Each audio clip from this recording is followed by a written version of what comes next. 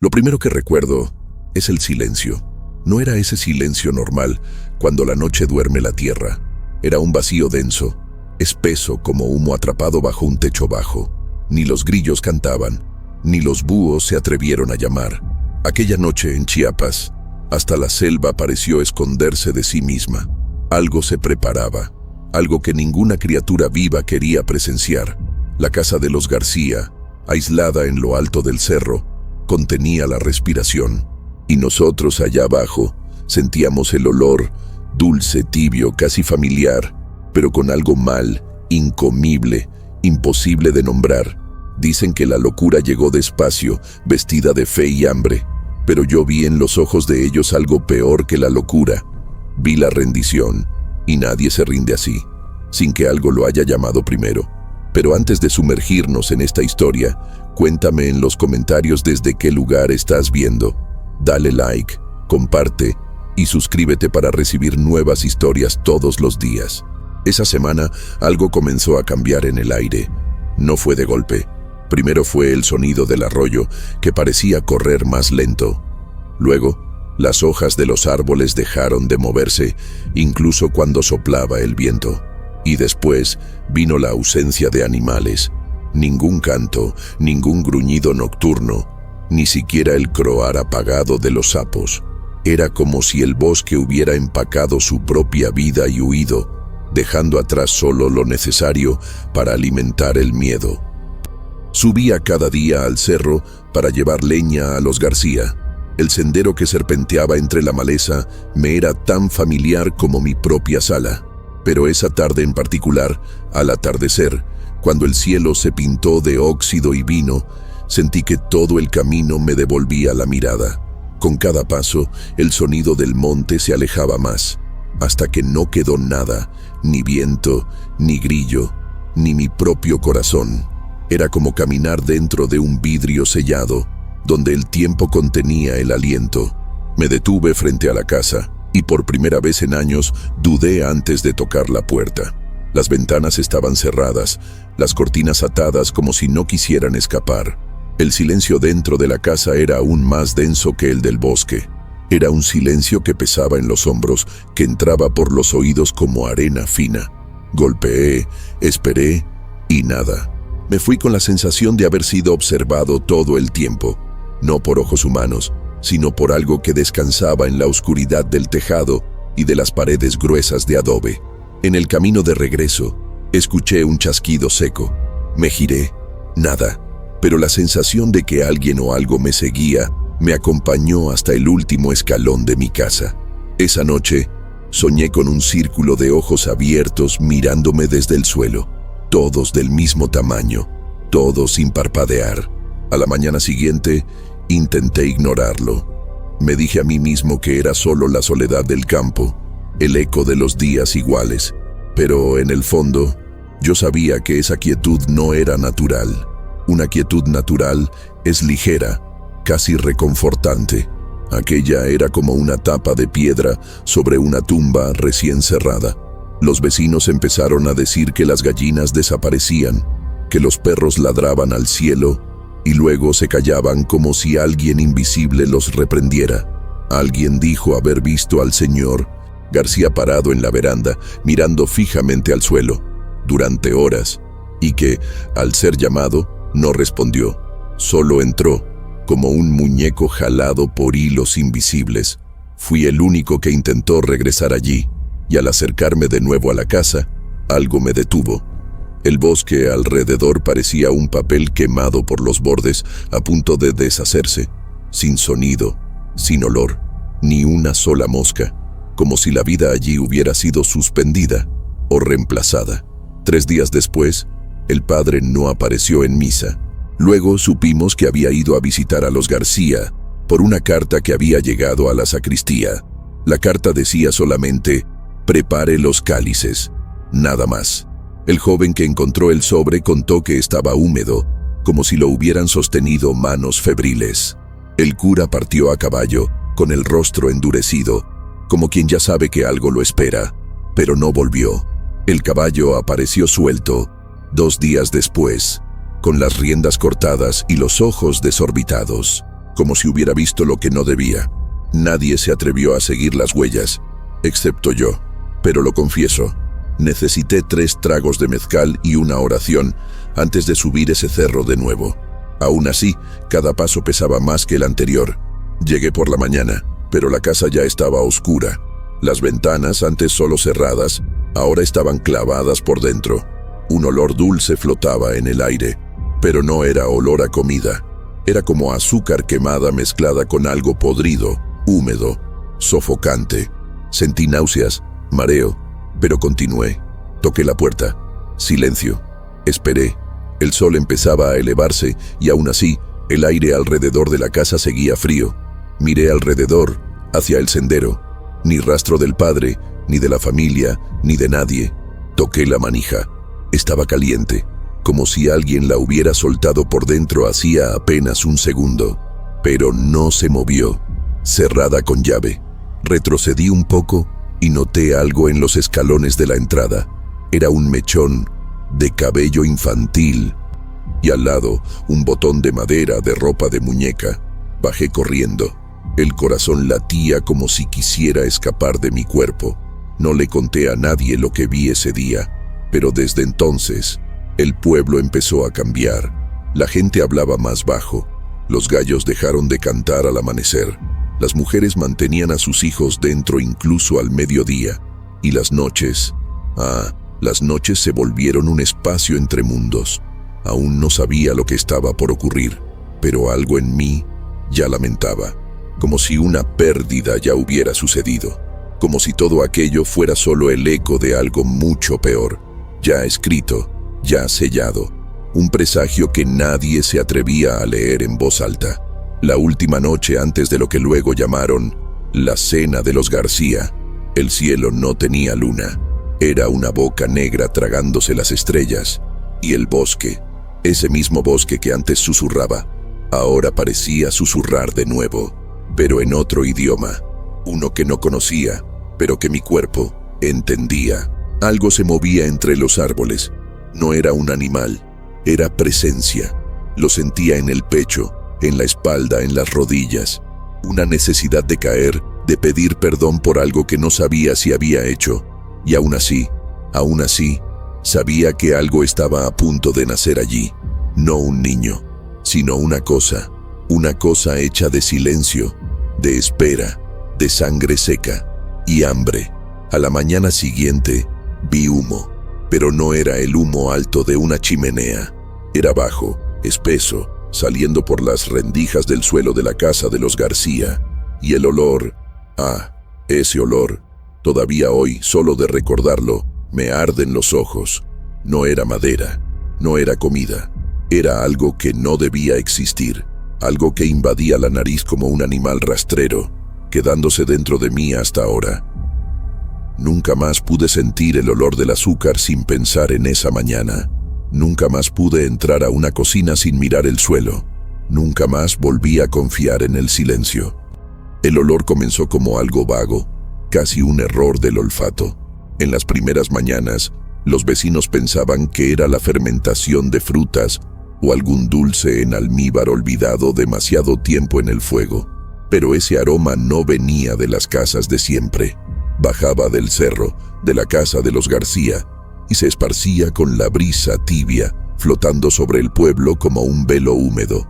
Un olor demasiado dulce, demasiado denso, algo que se pegaba en el paladar, aunque uno no abriera los labios. Fui de los primeros en notar que ese olor no cambiaba con el tiempo. No envejecía, no se evaporaba, no lo borraba la lluvia, como si estuviera ligado a algo que aún humeaba por dentro.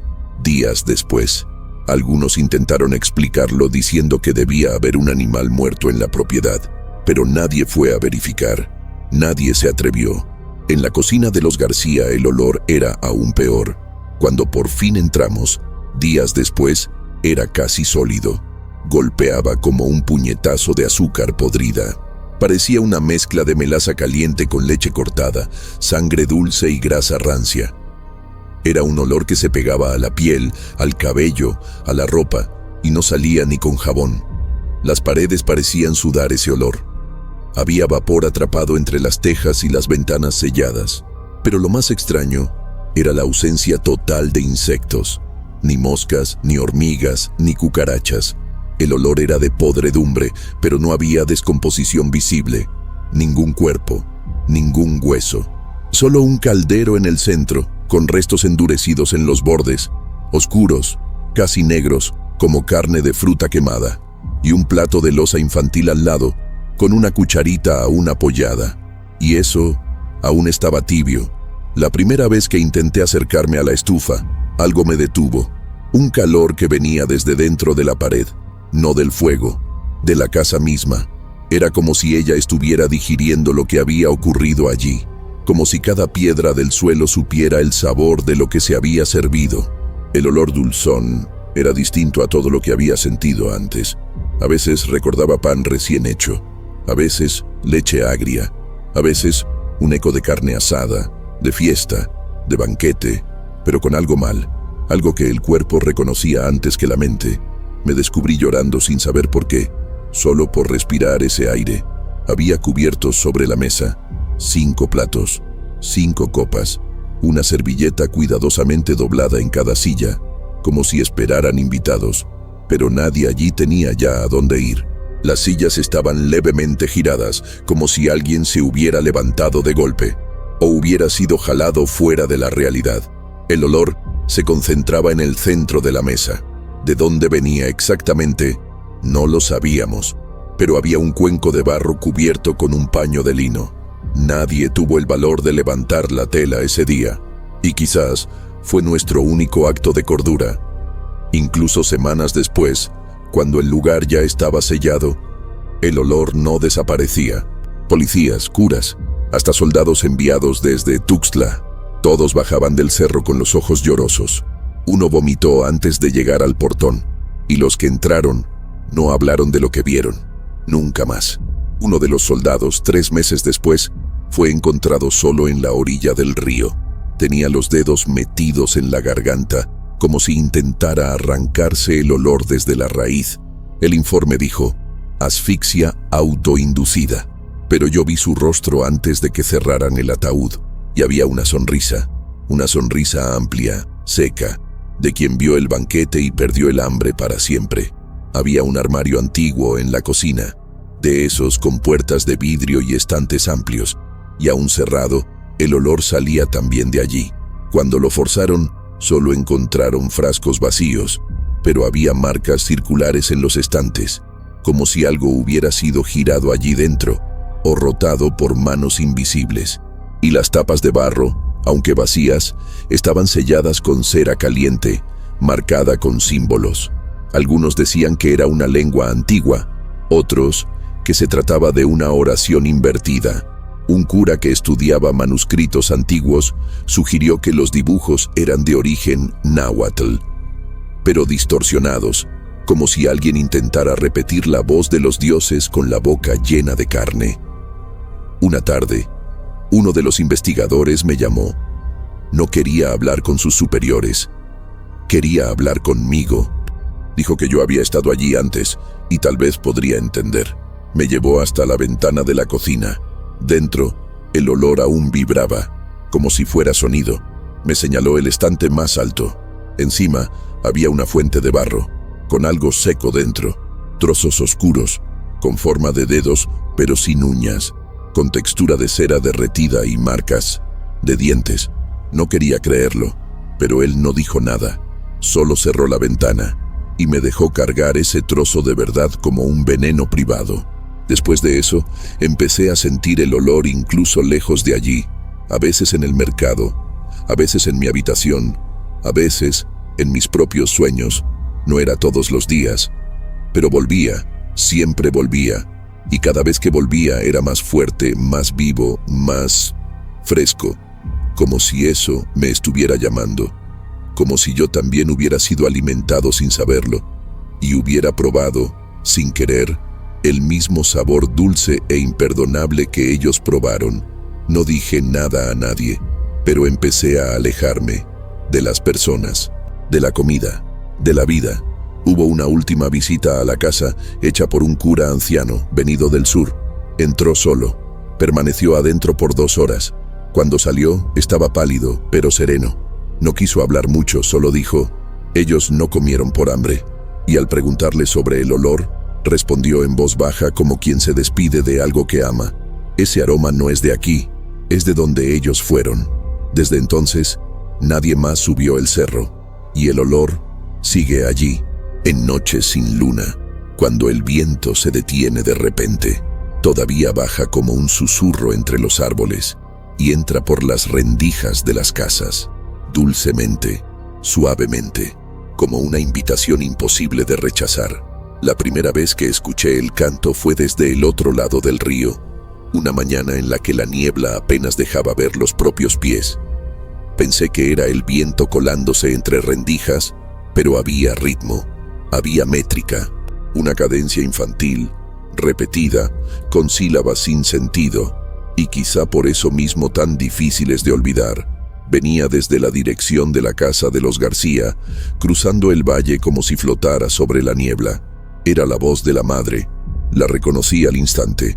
Doña Clara siempre cantaba para que sus hijos durmieran, pero eso no era una canción de cuna, era un lamento disfrazado de verso.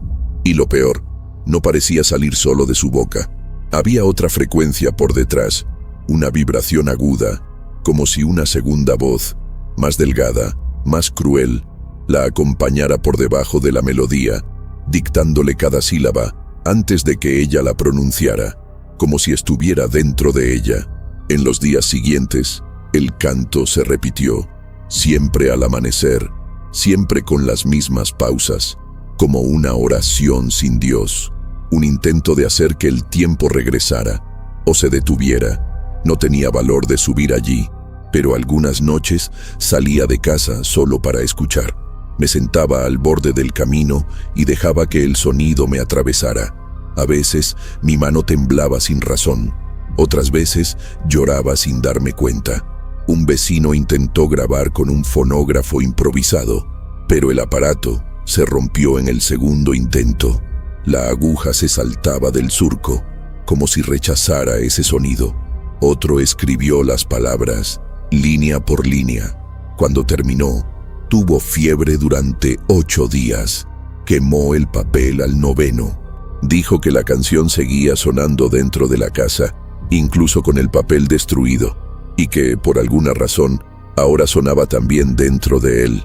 El canto tenía un patrón, pero no era exactamente repetitivo. Era como si cada mañana se añadiera una nueva parte, un nuevo verso, una nueva imagen, siempre más oscura que la anterior. Los primeros hablaban de puertas cerradas y manos que se negaban a soltar. Después vinieron las menciones a dientes pequeños y ojos de vidrio. Había una estrofa, inolvidable para quien la escuchó, que decía: «Si regresas yo olvido, si duermes yo te como». Nadie sabía si era una amenaza o una súplica, pero todos sintieron lo mismo al oírla, que aquello no debía entenderse, sino obedecerse, y que desobedecer tendría un precio. La música no parecía hecha para niños, aunque tenía el tono de una canción infantil, ni parecía hecha por humanos, aunque salía de la voz de una mujer. Era como si los versos fueran susurrados desde detrás del mundo, como un recuerdo de lo que aún no ha ocurrido. La propia entonación de Doña Clara cambió. En los últimos días, su voz ya no temblaba, flotaba. No había emoción, no había humanidad.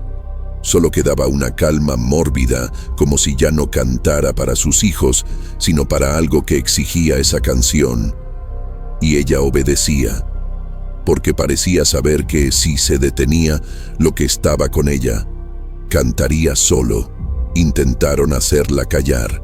3 hombres del pueblo subieron con la intención de detenerla, de convencerla de parar. Volvieron el mismo día, en silencio. Uno de ellos nunca volvió a hablar. El otro, al escuchar a un niño cantar en el mercado meses después, se desmayó con el rostro cubierto de lágrimas. El tercero se ahorcó. No dejó carta, solo un verso escrito con sangre en la pared de su cuarto. La música no termina cuando termina. Después de eso, nadie más intentó intervenir. El canto se volvió parte del paisaje sonoro del pueblo, como la campana de la iglesia, como el gallo de la madrugada, pero viniendo de un lugar donde ningún sonido debería habitar. Algunos investigadores se sintieron atraídos por la historia. Uno de ellos, un musicólogo francés, intentó transcribir la melodía. Dijo que las notas no encajaban en ningún sistema tonal conocido, que había pausas donde no deberían existir y armonías imposibles que desafiaban el oído humano. Llamó al fenómeno melodía devoradora. Decía que no se escuchaba con los oídos, sino con los huesos, que era ancestral, anterior al idioma mismo, una música de dentro de la tierra, murmuraba. Envió cartas a universidades pidiendo ayuda. Nunca recibió respuesta. Desapareció poco después. Su grabadora fue encontrada al borde de un pozo seco, con la cinta aún girando, pero sin sonido alguno registrado. La canción desapareció de repente. Un día estaba, al siguiente no, pero fue como perder un sonido que ya era parte de uno mismo, como si arrancaran algo que ya formaba parte del oído, de la piel, de la sangre. Durante días, el pueblo quedó en un silencio absoluto. El viento no pasaba, las puertas no crujían. Era como si hasta el sonido estuviera de luto, y en ese vacío muchos dijeron haber escuchado la canción dentro de sus casas, como si hubiera migrado, cambiado de nido. Algunos la oían en los espejos, otros en los ruidos de los muebles, y había quienes aseguraban que venía del pecho, del corazón, y que cantaba, sola. Hasta hoy, cuando escucho cualquier melodía con notas infantiles, algo se retuerce dentro de mí, el estómago da vueltas, la respiración se corta, y la memoria me lleva de regreso a esa colina, a esa voz que ya no era suya, que no era de nadie, y aún así quería ser oída, una canción que no busca público, solo espacio y tiempo, y oídos dispuestos a dejarla entrar, como una larva sonora que cava y cava, hasta encontrar hueso, hasta convertir el cuerpo entero en un instrumento de eco. Una vez intenté cantar el primer verso, solo para probar si lo recordaba. Cuando terminé, todos los perros de la calle comenzaron a aullar al mismo tiempo. Nunca más me atreví a repetirlo.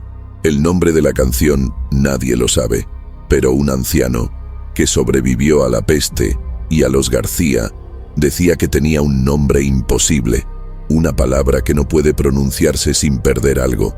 Nunca dijo cuál, pero en sus últimos días, cuando apenas podía mantenerse en pie, repetía un sonido gutural, bajito, siempre antes de dormir, y sonreía, una sonrisa extraña, lejana, como quien recuerda algo que fue hermoso, solo porque ha olvidado lo que costó. El suelo de la sala principal era de barro compactado, tierra oscura, húmeda, con huellas antiguas de muebles arrastrados y pasos repetidos. Pero esa noche, la última, algo cambió. Las marcas ya no eran de uso, eran intencionales. Alguien o algo había dibujado círculos perfectos, superpuestos, entrelazados como cadenas. Al principio pensé que era tinta, pero cuando me arrodillé para ver de cerca, el olor era inconfundible. Sangre, sangre aún fresca, escurriendo lentamente por los surcos del barro, como si el tiempo allí dentro hubiera sido desacelerado. Y lo más extraño, no había salpicaduras, ninguna traza caótica. Todo era limpio, metódico, como una escritura hecha con reverencia, con culto. Los círculos formaban patrones que nunca había visto antes, ni en libros de ocultismo, ni en registros coloniales de la iglesia. Había puntos de intersección con símbolos más pequeños, casi infantiles, muñecos, ojos, dientes, manos, como si un niño hubiese participado o sido usado. El espacio central estaba claramente delimitado, un área ovalada, donde no se había escrito nada, como si algo debiera ocupar ese lugar. Algo vivo, o algo que esperaba. Toqué una de las líneas con el dedo. La textura era espesa, tibia, y mi cuerpo reaccionó con un escalofrío que empezó en la muñeca y subió hasta la nuca. Sentí un zumbido en el oído izquierdo, pero al levantar la cabeza no había ningún sonido, ni viento, ni respiración, nada. Descubrimos que los símbolos se repetían en otras habitaciones, pero de manera imperfecta, como si allí fueran borradores de lo que se había hecho en la sala principal. En el pasillo había trazos deshechos, borrados por pasos o quizás por manos que desistieron a mitad del acto. En el dormitorio de los padres, un círculo más pequeño, rodeado de marcas de uñas en la madera del piso. Alguien intentó escapar, pero los dibujos siempre regresaban al mismo punto, el centro, la sala, el corazón de la casa, como si todo convergiera hacia ese vientre oscuro donde los cantos resonaban y el olor dulce jamás desaparecía. Era allí donde todo ocurría, y lo más aterrador era que algunas marcas no parecían humanas, como si demasiados dedos hubiesen colaborado, o muy pocos. Nadie quiso fotografiar. Un muchacho intentó dibujar los símbolos en un cuaderno de notas, pero su mano temblaba tanto que solo logró trazar círculos incompletos. Aún así, mostró el cuaderno a un antropólogo de San Cristóbal. El especialista dijo que aquello recordaba a símbolos del período preclásico, pero mezclados con patrones mediterráneos. Algo imposible. Culturas que jamás se cruzaron, y sin embargo, allí estaban, cruzadas, cosidas con sangre. Algunas espirales recordaban al caracol, símbolo de invocación. Otras eran formas repetidas de ojos abiertos, siempre 3, nunca 2. Y había un símbolo junto a la puerta que nadie supo explicar. Una línea recta, atravesada por garras, pero estaba hecho con más sangre que los demás, mucha más. Un cura que acompañaba la investigación se negó a entrar. Dijo que ya había visto eso antes, en un pueblo arrasado por peste, décadas atrás, donde todos los cuerpos fueron hallados con los ojos mirando hacia una sola dirección, el suelo. Dijo que los círculos no eran llamados, eran respuestas, y que solo aparecen cuando algo ha sido aceptado, algo sellado. Que el dibujo nunca se hace para abrir, sino para mantener lo que entró adentro. Se persignó 3 veces y arrojó agua bendita en el umbral. El agua se evaporó en segundos, y el olor, ese olor dulce, se intensificó por un instante, como si le gustara, como si sonriera. Regresamos días después con más personas. El suelo seguía marcado, pero la sangre no se secaba, nunca se secaba. Estábamos seguros de que nadie más había entrado, y aún así las líneas estaban más vívidas, más rojas, como si hubieran sido rehechas la noche anterior. Un policía sugirió que alguien se burlaba de la investigación, pero nadie podía permanecer allí más de 20 minutos. Había una presión en el aire, una sensación de que la casa respiraba. Una respiración cálida, silenciosa y rítmica, como la de un animal dormido.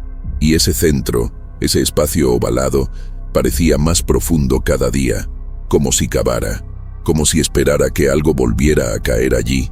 Los animales de la región también cambiaron. Perros que aullaban hacia la casa, incluso de día. Pájaros que evitaban el techo. Insectos muertos acumulados alrededor de los círculos, pero ninguno pisaba sobre ellos. Un gato que desapareció durante 3 días fue encontrado sobre el dibujo central, pero sus ojos estaban blancos, sin pupilas, vivo, pero ausente. Cuando intentamos retirarlo, clavó las garras en el barro y se negó a salir. Murió allí 3 días después, sin una sola herida, pero con los miembros vueltos hacia adentro, como si se hubiese envuelto en sí mismo. Una teoría fue sugerida por un antiguo curandero de la región. Dijo que existían rituales de sellado usados por pueblos olvidados, donde la sangre de las víctimas servía como cadena viva, no para encerrar algo, sino para alimentar, mantener, sostener. Dijo que el dibujo no era estático, era una especie de boca, una boca que solo podía ser alimentada con lo que jamás debió ser ofrecido.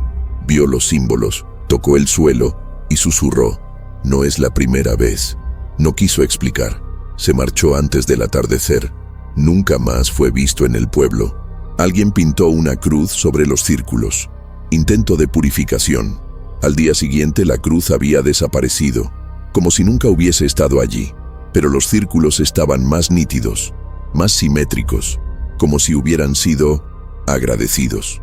La casa empezó a comportarse de forma extraña. Crujidos sin peso, pasos sin cuerpo, puertas que se abrían hacia adentro, aunque estuvieran cerradas con llave.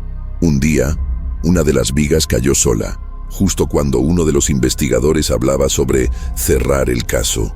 Salió sangrando, con una marca en la frente, 3 rayas paralelas, exactamente iguales a las dibujadas junto a la puerta. La última visita que hice al lugar fue breve. Entré solo. El aire estaba más caliente, más vivo, como el vientre de un animal antes del parto. Me senté en el suelo junto a los círculos, cerré los ojos y escuché un sonido, no con los oídos, sino dentro del cuerpo. Era un susurro sin idioma, algo ancestral, algo que existía antes de la palabra. Y en ese instante lo supe. Eso no fue creado por los García. Ellos fueron apenas los brazos, las manos, la tinta. El hambre que guió el trazo no era de ellos, era anterior y sigue allí, porque el suelo aún late, aún hoy, incluso ahora. Había huellas pequeñas en el suelo de tierra compactada, casi imperceptibles, como si alguien muy liviano o muy débil hubiera caminado despacio, deteniéndose entre paso y paso. No estaban en línea recta, los pies se cruzaban, tropiezos, un arrastre desigual como quien camina con miedo o trata de correr sin saber hacia dónde. Las marcas comenzaban en el pasillo del fondo, cruzaban la sala y llegaban hasta la puerta principal. Fue allí donde me detuve, porque las huellas no regresaban, no se daban la vuelta, no dudaban, pero terminaban justo allí, exactamente frente a la puerta, cerrada, desde dentro. Las huellas pertenecían a uno de los hijos menores, de eso no había duda.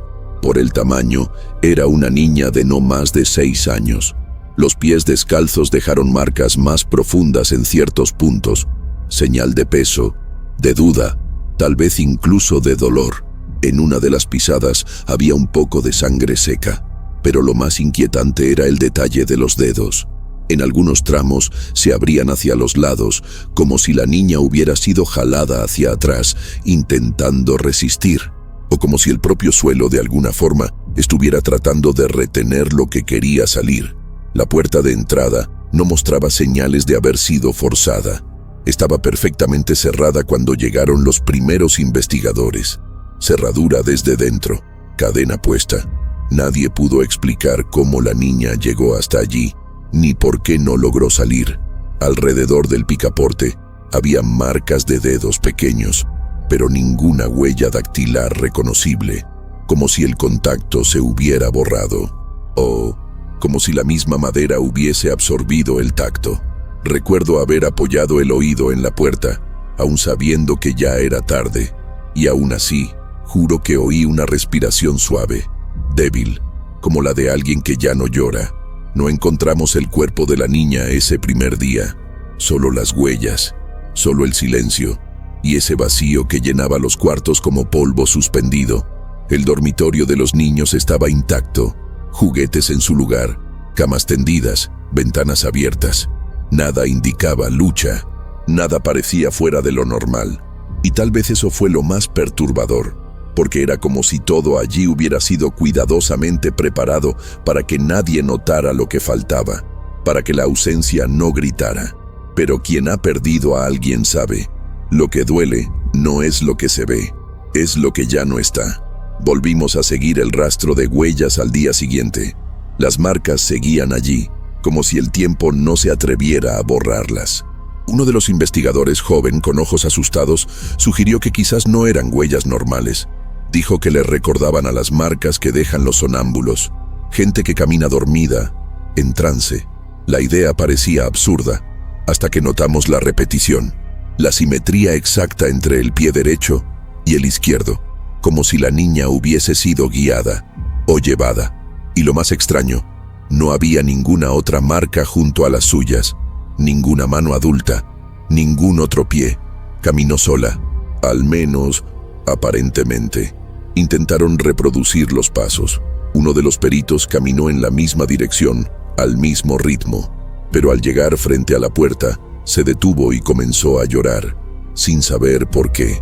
Dijo que tuvo la impresión de ver a alguien del otro lado, no con los ojos, con la piel, como si el aire allí estuviera ocupado, como si la presencia de alguien aún respirara sobre la madera. Cuando abrimos la puerta por primera vez, días después, encontramos algo en el suelo, una cinta de tela azul con el nombre Elena bordado a mano. Era la más pequeña de los García. La madre nunca habló sobre el intento de fuga. En las cartas encontradas en su habitación, escritas con letra temblorosa, solo se mencionaban voces pequeñas, pasos que regresan y los ojos que nunca se cierran. Una frase se repetía con frecuencia. Ella intentó salir, pero él no dejó. Nadie supo decir a quién se refería. Algunos pensaron en el padre, otros en algo sin nombre. La idea de que la niña intentó huir es al mismo tiempo reconfortante y terrible. Reconfortante porque luchó, terrible porque no lo logró.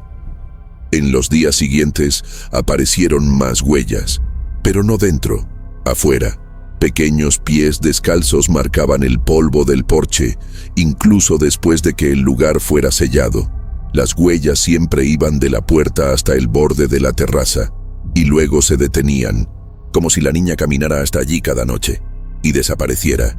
Yo mismo las vi, las toqué, eran reales, y cada mañana aparecían de nuevo, incluso después de la lluvia, incluso sin viento, siempre con los dedos apuntando hacia el bosque, como si, al fin, intentara escapar de verdad, o como si estuviera llamando a alguien para que entrara. Un especialista en fenómenos disociativos fue llamado. Dijo que la niña pudo haber entrado en estado de trance, caminado sola hasta la puerta y, al darse cuenta de que estaba cerrada, simplemente se detuvo. Pero lo que no explicó fue por qué las huellas regresaron días después sin nadie dentro de la casa, o por qué las impresiones eran siempre idénticas, como moldes repetidos con una perfección inquietante, y por qué en el centro de cada huella había un pequeño círculo más oscuro, como si algo latiera allí, como si los pies tuvieran memoria. En mi última visita a la casa, ya al atardecer, vi las huellas por última vez. No iban hacia la puerta, iban al centro de la sala, justo al medio de los círculos de sangre, y allí se detenían, exactamente allí. No había regreso, ni duda, como si finalmente la niña hubiera encontrado el camino de vuelta a casa, o hubiera aceptado que nunca saldría. Ese fue el único momento en que deseé no haber visto nada, porque hasta hoy, cuando cierro los ojos, sigo viendo esas huellas pequeñas, interrumpidas, silenciosas, como si esperaran que alguien, cualquiera, dijera: «Ya puedes salir, todo está bien». Pero nadie lo dijo, y ella se quedó. La habitación de los niños era el único espacio de la casa donde nada parecía fuera de lugar, y eso, por sí solo, ya era una advertencia. Al entrar, no se veía sangre, no había símbolos en el suelo, ni rastros, ni muebles rotos. Al contrario, los juguetes estaban alineados en los estantes, los ositos organizados por tamaño, los bloques apilados en orden creciente, las camas hechas con las colchas dobladas con un cuidado que no parecía de niños, las almohadas infladas, los pijamas doblados a los pies, como si esperaran la hora de dormir, como si aún fuera a suceder.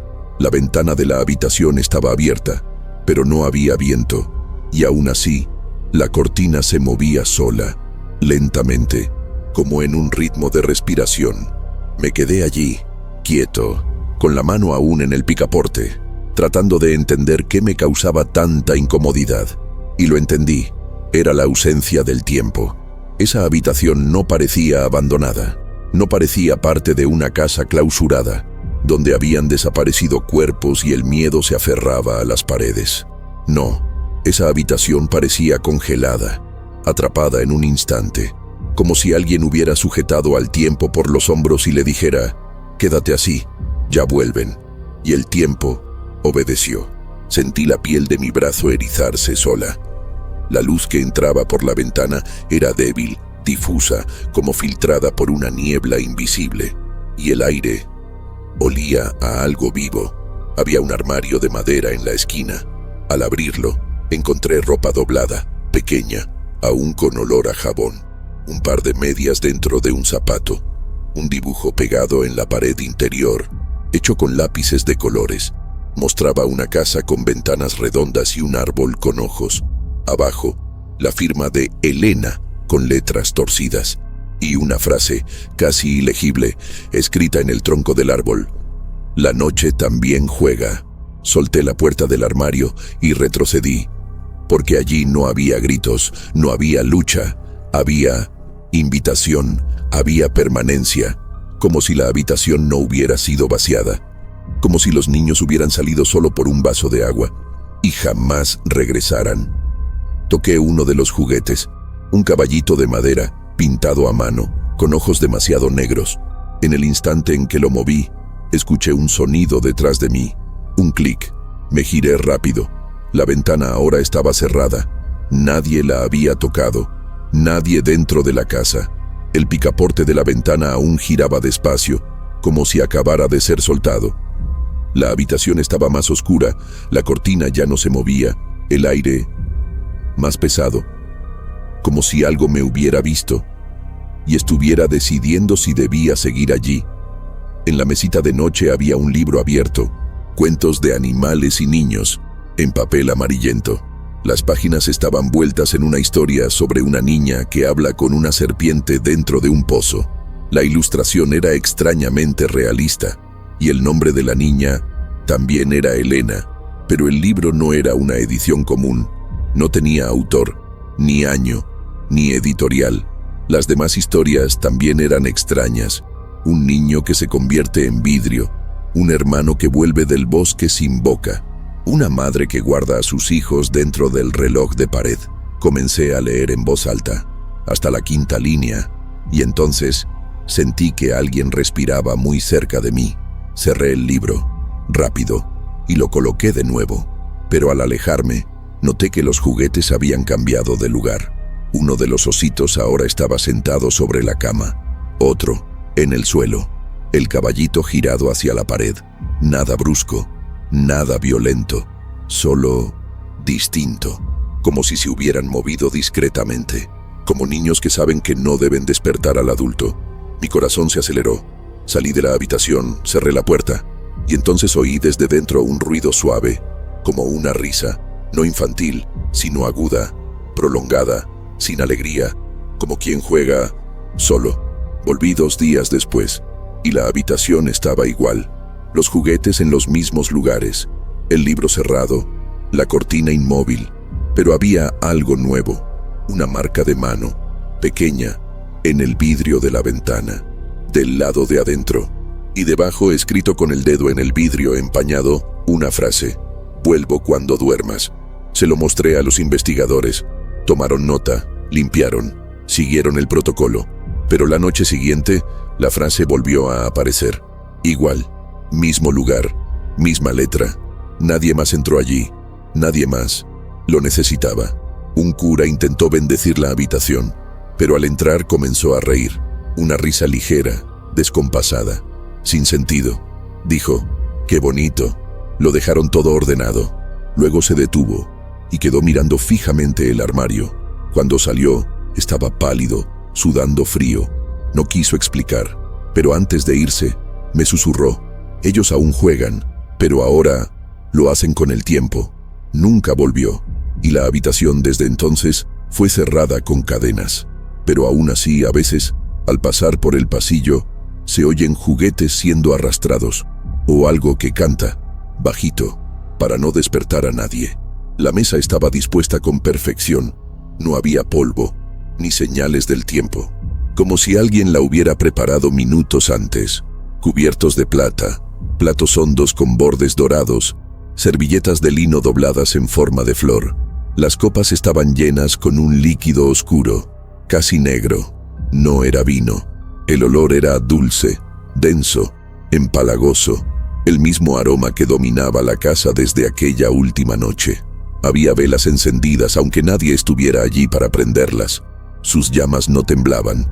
Era como si el aire no se atreviera a soplar. En el centro de la mesa, una bandeja cubierta, A su lado, lo que parecía un cuchillo ceremonial, y alrededor, 5 sillas, una para cada miembro de la familia, todas empujadas hacia atrás, como si acabaran de levantarse. No había comida común, ninguna fruta, ningún pan, ningún vegetal, solo fragmentos, cosas que parecían hechas de carne, pero que no pertenecían a ningún animal conocido, una especie de tejido ennegrecido, con nervaduras finas y una coloración interna rosada. La textura recordaba a pulmón cocido o placenta seca, una masa fibrosa, dispuesta en tiras, enrolladas sobre pequeñas tablas de madera. Al tocarlas, uno de los peritos dijo que el material aún estaba tibio, pero el horno de la casa no se había encendido en días, y aún así los platos parecían recién servidos. Uno de ellos tenía pequeños huesos dispuestos en cruz, huesos diminutos, demasiado delicados.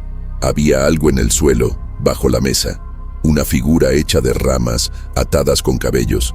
Eran cabellos largos, oscuros, humanos. La figura tenía forma de estrella, con 6 puntas, y en el centro, un diente infantil, aún con raíz, como si lo hubieran arrancado a la fuerza. Debajo de él, dibujado con sangre seca, el contorno de una boca abierta, sin dientes, solo el hueco, solo la invitación. Cuando vimos aquello, nadie habló, ningún comentario, solo el silencio del reconocimiento. Todos sabíamos lo que representaba esa mesa. No era una comida, era una ofrenda. Lo más extraño fue la temperatura. Dentro de ese comedor, el aire era caliente como fiebre, y aún así, nuestros cuerpos temblaban. La respiración era corta, como si algo oprimiera el pecho, y el tiempo no pasaba.